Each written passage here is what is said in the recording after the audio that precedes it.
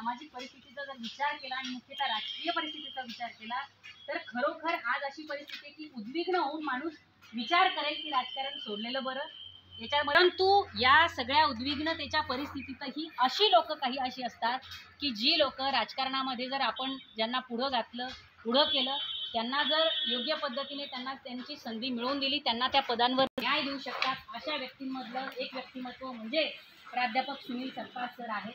त्याच्यामुळे वहिनी तुम्हाला कितीही वाटत असलं त्यांनी राजकारण सोडून द्यावं तरीही मी आणि माझ्यासारखे इथे बसलेले असंख्य लोक आहेत की ज्यांना वाटतं की हा व्यक्ती जर राजकीय एखाद्या चांगल्या पदावर गेला तर चांगला बदल हा घडवू शकतो। त्यामुळे अशा लोकांना अशा नेतृत्वाला अशा व्यक्तिमत्वाला अशा कर्तृत्वाला जपणं मला असं वाटतं की आपलं प्रत्येकाचं कर्तव्य आहे काम आहे। भविष्यामध्ये चांगल्या संधी आहेत आणखी काय पुढे संधी मिळतील सांगता येत नाही परंतु मला असं वाटतं की आपण त्या ज्या काही संधी येतील त्या स्वीकारल्या पाहिजे आणि वहिनींनाही मी विनंती करेल की याचा स्वीकार करत असताना कुटुंब पाठीशी असलं तर माणूस मोकळेपणाने काम करू शकतो। तुम्ही कुटुंबातून जर विरोध असला नकार असला तर मग माणसाला काम करता येत नाही। आजवरच्या प्रवासात अनेक आजकळगे आले असतील यश अपयश आलं असेल नसेल मिळवता नसेल आलं जे पाहिजे ते परंतु मला असं वाटतं की एक कुठेतरी आयुष्याचा असा टप्पा येतो की आता एक शेवटची संधी आपण घेतली पाहिजे किंवा शेवटी एकदा या व्यक्तीला एक संधी दिली पाहिजे। अशा वळणावर मला असं वाटतं की आज सरांचं राजकीय कार्यकर्तृत्व हे आलेलं आहे। राजकीय कारकीर्द त्यांची या टप्प्यावर आलेली आहे की आज एक शेवटची संधी आहे आणि आज काहीतरी निर्णय आपण सगळ्यांनी घेतला पाहिजे।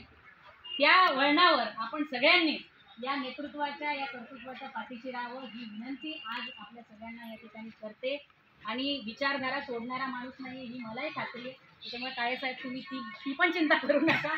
शेवटी छत्रपती शिवराय फुले शाहू आंबेडकरांची विचारधारा लोकशाहीची विचारधारा आणि संविधान वाचवणारी विचारधारा घेऊन हा माणूस पुन्हा एकदा नव्याने उभा राहील आणि त्यावेळी मात्र आपण सगळ्यांनी या माणसाच्या पाठीशी सोबत हे कायम राहिलं पाहिजे। आज जसं वाढदिवसाला सगळ्या सामाजिक राजकीय शैक्षणिक वैद्यकीय सगळ्या क्षेत्रातली लोक न बोलवता या ठिकाणी आली तसं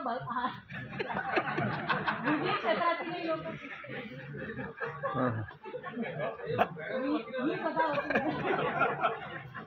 आणि कार्यक्रमाचा आयोजकच वकील आहे हो ताई डॉक्टर साहेब डॉक्टर विकास बायकर सरांनी सहज विषय निघाला की दोन प्रकारचे लोक असतात जे भूमिका घेतात जे नाही घेत। डावी घ्यायची उजवी घ्यायची पण कुठली का होईना भूमिका घेतली पाहिजे। तटस्थ राहणारी लोक की मला याही बाजूने जायचं नाही त्याही बाजूने जायचं नाही ही तटस्थ राहणारी लोक फार घातक असतात। त्याच्यामुळे माझी विनंती राहील आपल्या सगळ्यांनाही फक्त राजकीय क्षेत्राबद्दलच नाही बोलत मी तर कुठल्याही क्षेत्रामध्ये अशी कुठली ना कुठली का होईना पण भूमिका घेण्याचं काम हे प्रत्येकाने किमान सामाजिक क्षेत्रात किंवा राजकीय क्षेत्रात किंवा वैद्यकीय असेल विविध क्षेत्रात असेल जी लोक सुशिक्षित आहेत त्यांनी तरी ही भूमिका कुठली ना कुठली तरी घेतली पाहिजे।